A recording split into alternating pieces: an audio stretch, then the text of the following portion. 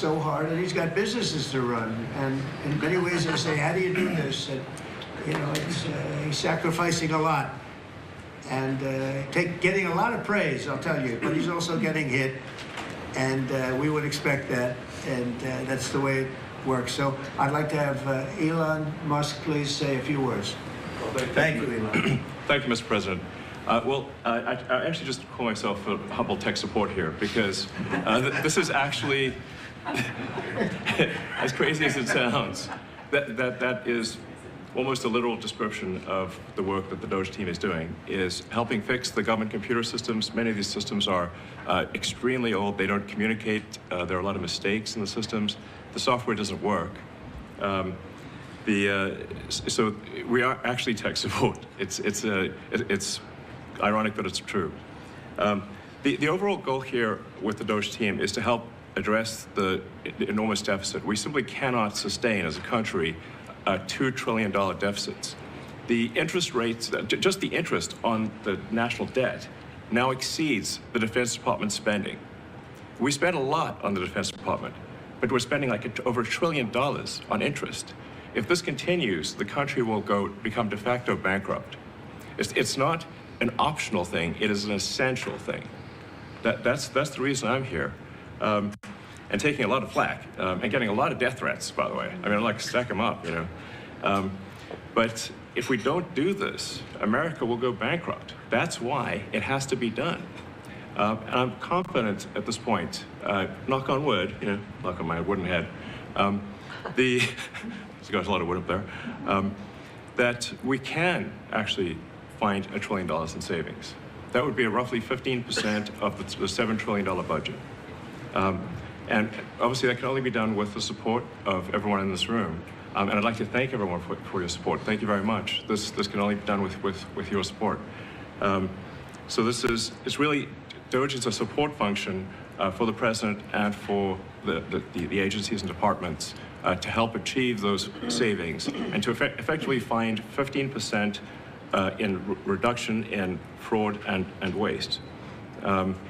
And we bring the receipts. So people say, like, well, is this real? Just go to doge.gov.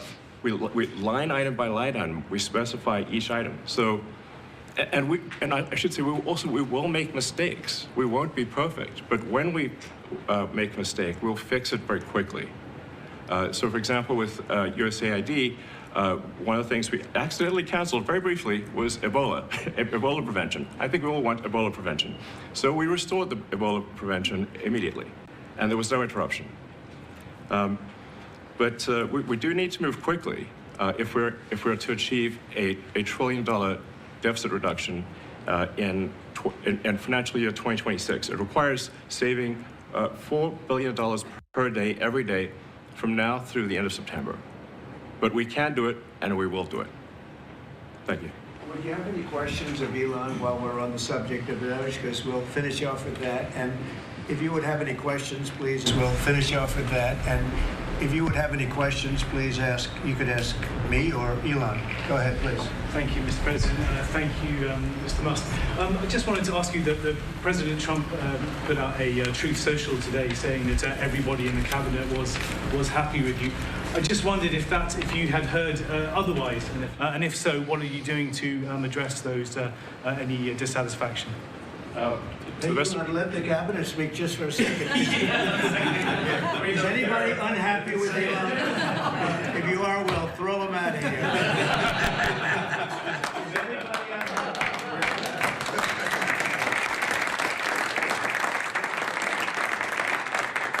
I have a lot of respect for Elon and that he's doing this, and some disagree a little bit, but I will tell you for the most part, I think everyone's disagree a little bit, but I will tell you for the most part, I think everyone's not only happy, they're thrilled.